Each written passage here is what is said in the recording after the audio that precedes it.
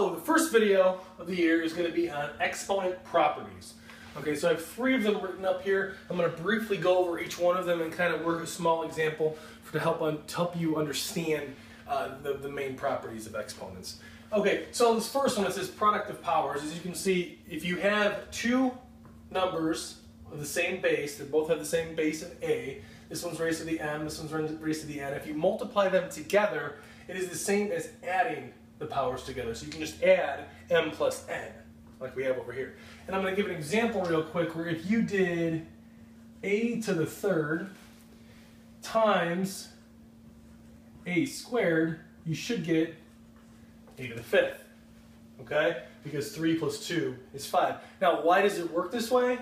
Well, if you took this a to the 3rd and broke it down, it just means a times a times a. So I'm just going to write that down. A times a times a, because it's to the 3rd power.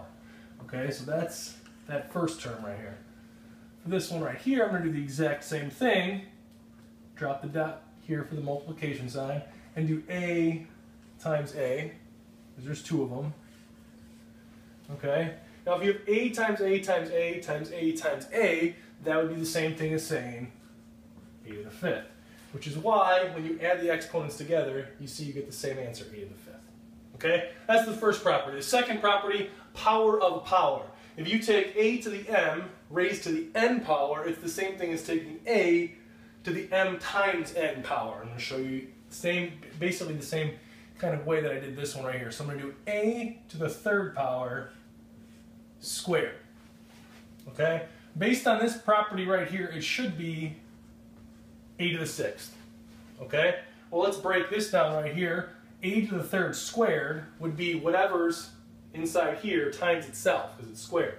So I'm going to do a to the 3rd times a to the 3rd. A to the 3rd squared, right?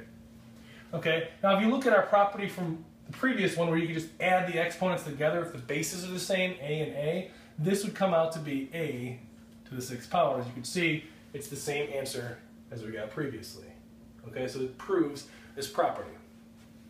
Lastly, we have a power of a product. And it says a times b to the m power yields a to the m times b to the m. Okay? So you're basically like almost distributing this m, this exponent m, to this a and this b. Now I'm going to do another example real quick. So we'll just do a b to the 3rd power. Okay? Now based on our property up here in black, this should be a to the 3rd times b to the 3rd. It's both raised to the m power, and the m power here is 3. Okay, now why does this work? Well, let's break down this ab to the 3rd power. So we're going to do ab times ab times ab.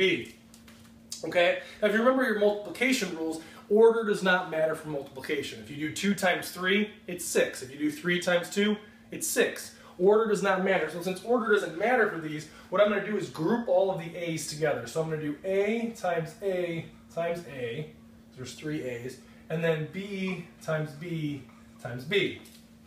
Okay? Now, as you can see, a 3 times is the same thing as saying a to the 3rd power, and b 3 times multiplied by itself would be b to the 3rd power. So as you can see, this property works out again, a to the 3rd times b to the 3rd, a to the 3rd, b to the 3rd. So those are some basic exponent properties that we're going to cover first. So if you have any questions on any of this material, let me know.